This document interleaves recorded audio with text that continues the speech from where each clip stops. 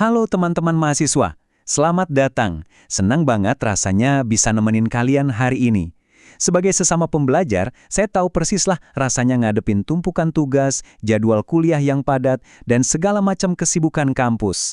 Nah, di sesi bedah materi kita kali ini, kita bakal bahas sesuatu yang absolutely krusial, manajemen waktu dalam Islam.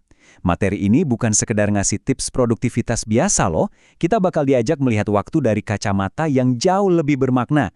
Oke, siap? Mari kita mulai eksplorasinya. Coba jujur nih, siapa di antara kalian yang sering banget ngerasa kayak gini? Natap layar laptop malam-malam panik karena tugas harus dikumpul besok pagi, padahal dosen udah ngasih dari 2 minggu yang lalu. Sindrom sistem kebut semalam ini kan kayak udah jadi rahasia umum ya di kampus. Kita tuh sering merasa punya banyak waktu di awal, tiba-tiba deadline udah di depan mata. Kepanikan kayak gini bukan cuma bikin badan capek, tapi sumpah menguras mental banget kan? Coba deh perhatiin, ini beberapa kebiasaan yang tanpa sadar sering banget kita lakuin. Doom scrolling media sosial berjam-jam, nunda-nunda tugas, gampang banget ke-distract sama notif HP, sampai begadang malam tanpa tujuan yang jelas. Jujur, saya yakin kita semua pasti pernah terjebak di fase ini. Tenang, kita nggak lagi menghakimi kok. Di era digital ini, godaan memang ada di mana-mana. Tapi ya, kebiasaan-kebiasaan inilah yang diam-diam menyedot energi kita, menguras fokus, dan ujung-ujungnya membuang potensi besar kalian sebagai mahasiswa. Nah sekarang, mari kita coba ubah cara pandang kita. Ini bagian yang paling indah dari materi kita hari ini. Dalam pandangan Islam, waktu itu bukanlah sekedar jarum jam yang terus berdetak, atau sekedar deretan angka di kalender. Waktu adalah sebuah amanah. Ya, sebuah titipan atau kepercayaan super berharga yang dikasih langsung sama Allah Subhanahu wa Ta'ala ke kita.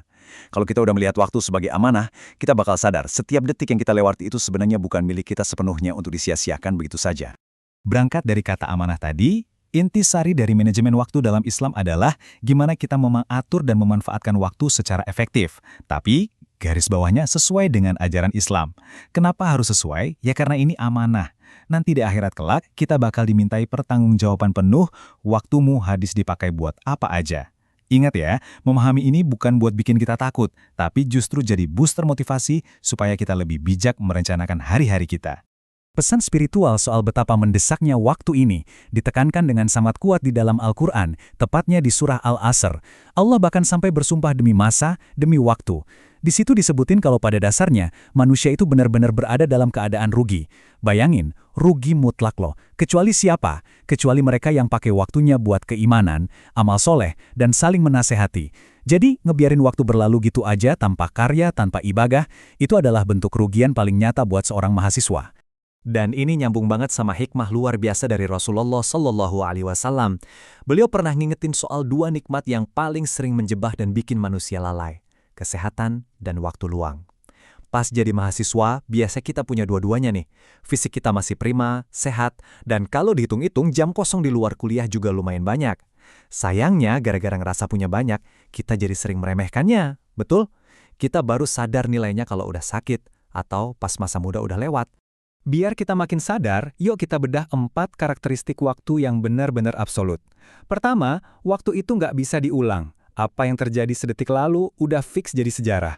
Kedua, dia terus bergerak maju. Nggak ada tuh ceritanya bisa di-pause. Ketiga, waktu kita di dunia ini sangat terbatas. Kita nggak ada yang tahu kapan deadline hidup kita berakhir.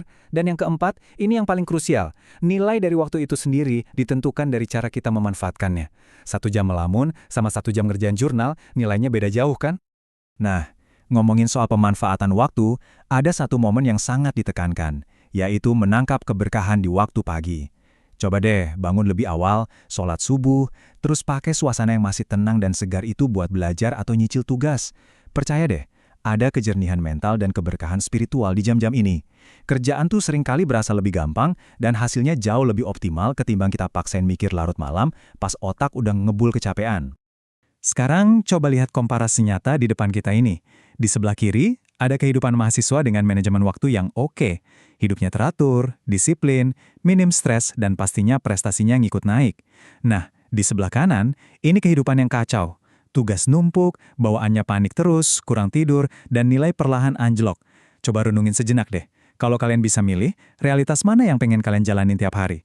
Kerennya, pilihan itu 100% ada di tangan kalian, lewat jadwal yang kalian susun sendiri.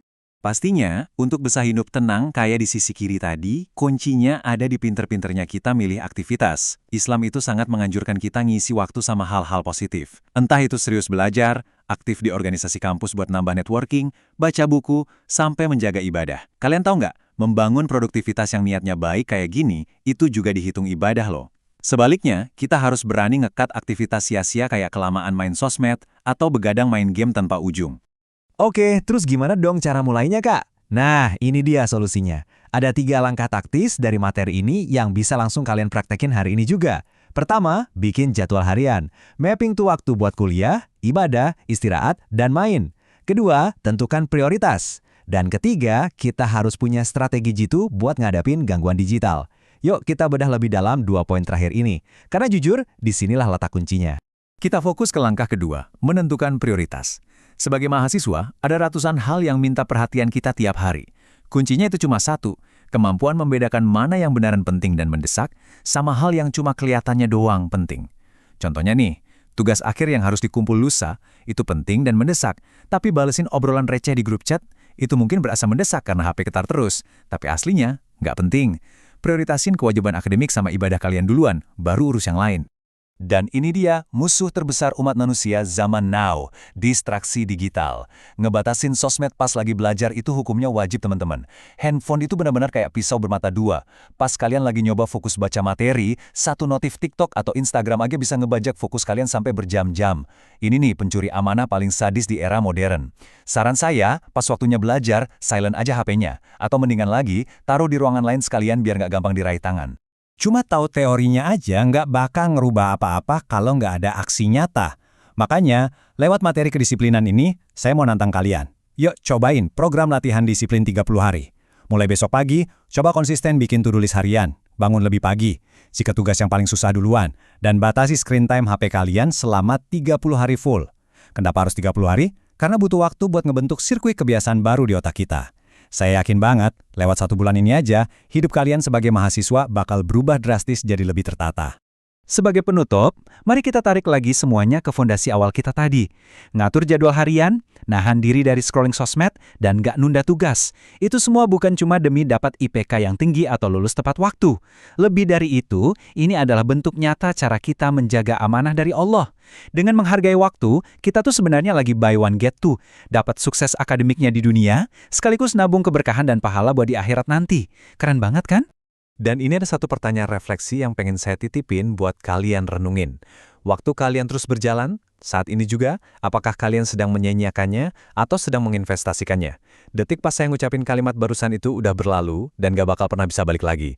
Jadi abis sesi bedah materi ini selesai, what's next? Apa kalian bakal buka tab sosmed lagi? Atau ngambil kertas dan mulai ngerencanain jadwal keren buat besok? Pilihan sepenuhnya di tangan kalian. Terima kasih udah belajar bareng saya hari ini, selamat berproses dan sampai jumpa di sesi eksplorasi selanjutnya.